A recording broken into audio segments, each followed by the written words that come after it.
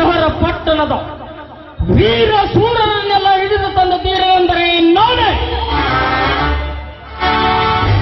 ನನ್ನ ಕಂಡರೆ ಇಡೀ ಊರಿಗೆ ಊರೇ ಗದಗದನೆ ನಡುಗುತ್ತಿರುವಾಗ ಖಚಿತ ಈ ಊರಿನ ಮಾಲೀಕರನ ನಮಗ ನನಗೆ ಕೊಟ್ಟಿ ಎತ್ತಿ ಮಾತನಾಡಿದ್ದಾನೆಂದರೆ ಇನ್ನೆಷ್ಟು ಸಹಿಸಿಕೊಳ್ಳಬೇಕು ನಾನು.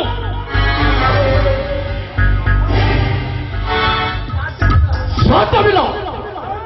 ಆದಷ್ಟು ಬೇಗ ಅವರನ್ನನ್ನು ಹಿಡಿತರಿಸಿ ಅವನಿಂದ ಆಸ್ತಿ ಬರೆಸಿಕೊಂಡು ಅವನ ಕತೆ ಮುಗಿಸಿದಾಗಲೇ ನನ್ನ ಸೇಡು ತೀರುತ್ತದೆ. ಕರಿಯ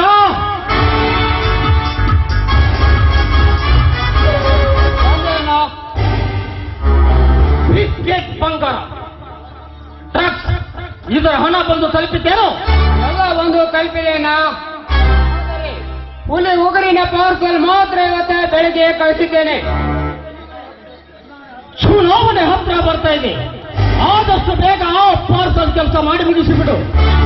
ಯಾಕಂದ್ರೆ ನಮ್ಮ ಮನೆಯ ಅನ್ನ ತಿಂದು ನಮಗೆ ವಂಚನೆ ಮಾಡುವಂತೆ ಆ ಕಾಳಿಂಗನ ಮೇಲೆ ನನಗೆ ಏಕೋ ಸಂಶಯ ಬರ್ತಾ ಇದೆ. ನೀನು ಕೂಡ ಅವನ ಬಗ್ಗೆ ಎಚ್ಚರವಿರಲಿ. ಹೌದಲ್ಲ, ಆ ಮೊದಲಿನಂತೆ ಆ ಕಾಳಿಂಗ ಸರಿಯಾಗಿ ಕೆಲಸ ಮಾಡ್ತಾ ಇಲ್ಲಂತೆ. ಫ್ಯಾಕ್ಟರಿಯ ಆಳುಗಳಿಂದ ಬಹಳಷ್ಟು ಕಂಪ್ಲೇಂಟ್ ಬರ್ತಾ ಇದೆ.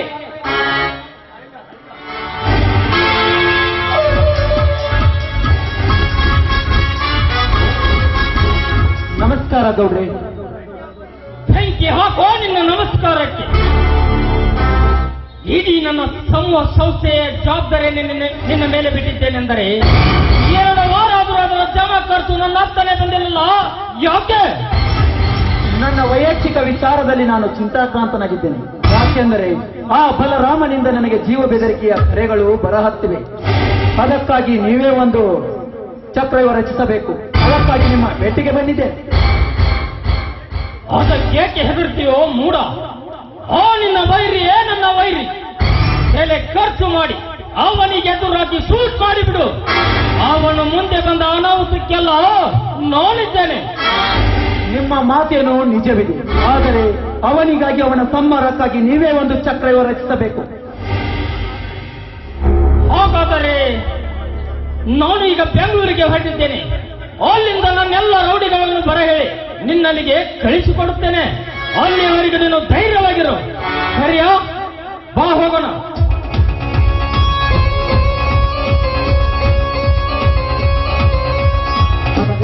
ಹೋಗು ಹೋಗು ಸಿದ್ದನ ಗೌಡ ಹೋಗು. ನನ್ನಿಂದಲೇ ಏನವೆಲ್ಲವನ್ನು ಕಳಿಸಿಕೊಂಡು ಈಗ ನೀನೇ ನನ್ನ ಬಗ್ಗೆ ಸಂಶಯ ಬಂದಂತೆ ಮಾತಾಡ್ತೀಯಾ? ಮಾತಾಡು. ಮೊದಲು ನಿನ್ನ ಕತೆ ಏನು ಅಂತ ಬಯಲು ಮಾಡಿ ನಿನ್ನನ್ನೇ ಇಲ್ಲಾಣಿಸಿ ನಿನ್ನೆಲ್ಲ ಸಿರಿ ಸಂಪತ್ತಿಗೆ ನಾನೇ ಮಾಲೀಕನಾಗ್ತೀನಿ. ನೋಡ್ತಾ ಇರು.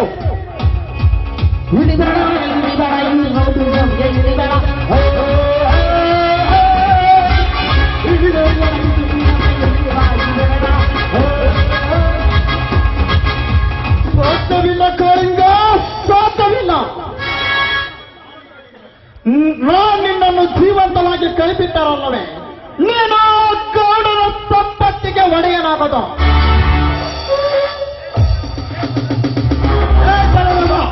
ಗೌಡರಿಲ್ಲದ ಸಮಯ ನೋಡಿ, ಅವರ ಅಪ್ಪಣೆ ಇಲ್ಲದೆ ಯಾಕೆ ಬಂದಿರುವೆ ಅವರ ಮನೆಗೆ? ಸುಮ್ಮನೆ ಹೊರಟು ಹೋಗು ಇಲ್ಲಿಂದ. ಲೇ ಕಾಳಿಂಗ, ಬೇಟೆ ಓಡಬೇಕೆಂದ ಕೋಡಿಗೆ ಹೋದೆ. ಆ ಕೋಡಿನ ಬೇಟೆ ನೋಡಲು ಗೌಡನ ಮನೆಗೆ ಬಂದು ಸೇರಿದೆ ಎಂದು ಗೊತ್ತಾಗಿ ನಾನಿಲ್ಲಿಗೆ ನಿನ್ನನ್ನು ಬೇಟೆ ಆಡಕ್ಕೆ ಬಂದೆ. ನನ್ನನ್ನು ಬೇಟೆ ಆಡುವಷ್ಟು ಧೈರ್ಯ ಬಂದಿದ್ದೆ ನಿನಗೆ? ನಾನು ಮನಸ್ಸು ಮಾಡಿದರೆ ನಿನ್ನ ಪ್ರಾಣ ಇಲ್ಲಿಂದ ಹೊರಟು ಹೋಗಲಾರದು. ಸುಮ್ಮನೆ ಇಲ್ಲಿಂದ ಕಾಸ್ತಗಿ. ಸುಮ್ಮನೆ ಬಂದು ಹೋಗಾಕ ನಾನೇನು ಗಟಾರ ದಂಡಿಗೆ ನಿಂತ ಹಂದಿಯಲ್ಲೇ ಮಗನ. ನಾನು ಪಾಲಿಸಿದ ಭೀಮನನ್ನು ಕೊಂದ ಬಲಾಢ್ಯ ಪಾಂಡವ ಭೀಮ ಇದ್ದೇನೆ. ಅಷ್ಟೇ ಅಲ್ಲ, ನಾನೇ ದೊರೆ ಎಂದು ದುರ್ಯೋಧನ ತರ ಪರಿಸಿದವರ ತೊಡೆ ಮುರಿದ ಬಲಾಢ್ಯ ಪಾಂಡವ ಭೀಮ ಇದ್ದೇನೆ. ಅಷ್ಟೇ ಅಲ್ಲಲೇ 6 ಕೋಟಿ ಆಯುಷ್ಯ ಪಡೆದ 10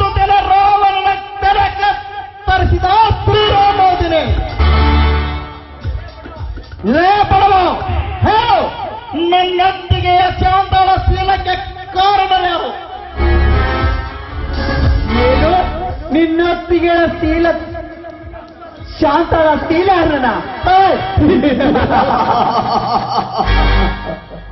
ಇದೇನು ಆಶ್ಚರ್ಯ, ಏನ್ ಹೇಳ್ತಾ ಇದ್ದಿಲ್ಲ ನೀನು? ಯಾವ ಶಾಂತ ಎಲ್ಲಿಯವ ಶೀಲಾರ್ನ ಏನ್ ಹೇಳ್ತಾ ಇದ್ದಿಲ್ಲ ನೀನು? ನೀ ಮಾಡಿದ್ದನ್ನ ಹೇಳ್ತಾ ಇದ್ದೀನಲ್ಲೇ. ನನ್ನೊತ್ತಿಗೆಯ ಶಾಂತಳ ಶೀಲಕ್ಕೆ ಕಾರಣವಾದ ಕೈಗಳು ಮಾಡಿದ ಕಾರ್ಯವನ್ನು ಮುಚ್ಚಿಟ್ಟುಕೊಂಡ ಗೊತ್ತಿಲ್ಲದವರಂತೆ ಗತ್ತು ಹತ್ತಿಯ ಕುಲಘಾತಕ. ನೀ ಮಾಡಿದ ಎಲ್ಲ ಕಾರ್ಯವನ್ನು ಒಂದೊಂದು ಬಿಟ್ಟು ಹೇಳು, ಇಲ್ಲದಿದ್ದರೆ ನೀ ಮಾಡಿದ ಈ ಕೆಟ್ಟ ಕೈಯನ್ನು ಕತ್ತರಿಸಿ ಬಿಡುತ್ತೇನೆ.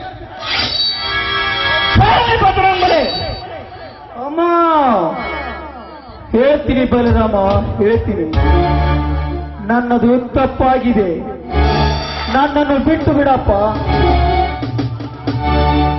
ಪ್ರಾಣದ ಬೆಲೆ ಎಷ್ಟೈತೆ ಅಂತ ಈಗ ಗೊತ್ತಾತಲ್ಲಿ ಸಾವುಕಾರ ನಿನಗ.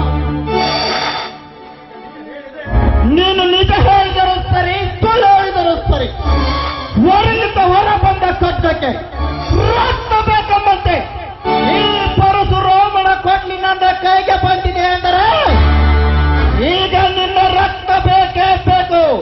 ಜೈ ಪರಶುರಾಮ. ಅಮ್ಮ ಬಲರಾಮ, ನನ್ನ ಪ್ರಾಣ ಮಾತ್ರ ತೆಗಿಬೇಡಪ್ಪ. ನಾ ಮಾಡಿದ ತಪ್ಪಿಗೆ ಶಿಕ್ಷೆಯಾಗಿದೆ. ನಿನಗೆ ಕೈ ಮುಗುತ್ತೀನಿ, ಬಿಟ್ಟು ಬಿಡು ನನ್ನನ್ನು. ಸಾಧ್ಯವಿಲ್ಲ. ಭೀಮನ ಕೈಯಲ್ಲಿ ಜರಾಸಂಧ ಸತ್ತಂತೆ, ಕೃಷ್ಣನ ಕೈಯಲ್ಲಿ ಕೌಸ ಸತ್ತಂತೆ, ಅರ್ಜುನನ ಕೈಯಲ್ಲಿ ದುರ್ಯೋಧನ ಕರ್ಣರ ಸತ್ತಂತೆ, ನನ್ನ ಕೈಯಲ್ಲಿ ಇದ್ದು ನೀ ಸಾಯಲೇಬೇಕು. ಜೈ ಅಮ್ಮ.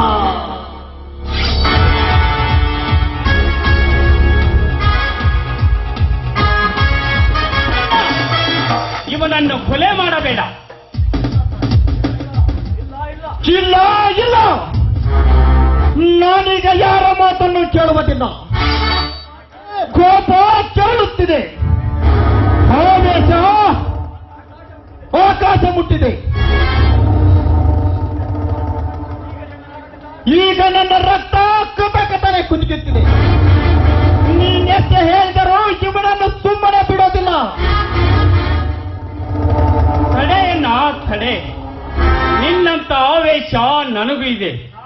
ಕಾನೂನನ್ನು ಕೈಗೆ ತಗೋಬೇಡ, ಆದರೆ ಕಾನೂನನ್ನೇ ಗೌರವಿಸಬೇಕು. ನೀನು ಕೊಂದರೆ ಮರ್ಡರ್ ಆಗುತ್ತದೆ, ನಾನು ಕೊಂದರೆ ಎನ್ಕೌಂಟರ್ ಆಗುತ್ತದೆ. ಅದಕ್ಕೆ ನಿನಗೆ ತಾಳ್ಮೆ ಇರಲಿ. ತಾಳ್ಮೆ?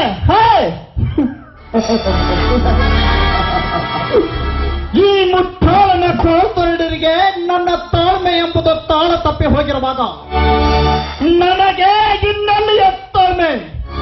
ಪ್ರವೀಣ, ನೀನು ಕಾನೂನು ಕಾನೂನು ಅಂತ ಕೊನೆಗೊಂದು ದಿನ ನನ್ನ ರೆಸ್ಟ್ ಮಾಡಿದರೂ ಚಿಂತೆ ಇಲ್ಲ.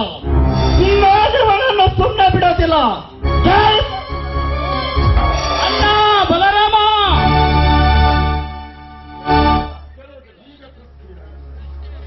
ಈಗ ತೃಪ್ತಿ ಆಯ್ತು ನನಗೆ. ಈಗ ತೃಪ್ತಿ ಆಯ್ತು ನನಗೆ. ಪ್ರದೀಪ, ನಿನ್ನ ಕಾನೂನು ನಿನಗೆ ಬೇಕಾದ್ರೆ ಈಗಲೇ ನನ್ನನ್ನು ಅರೆಸ್ಟ್ ಮಾಡು. ಅಣ್ಣ ಬಲರಾಮ ನಿಲ್ಲು.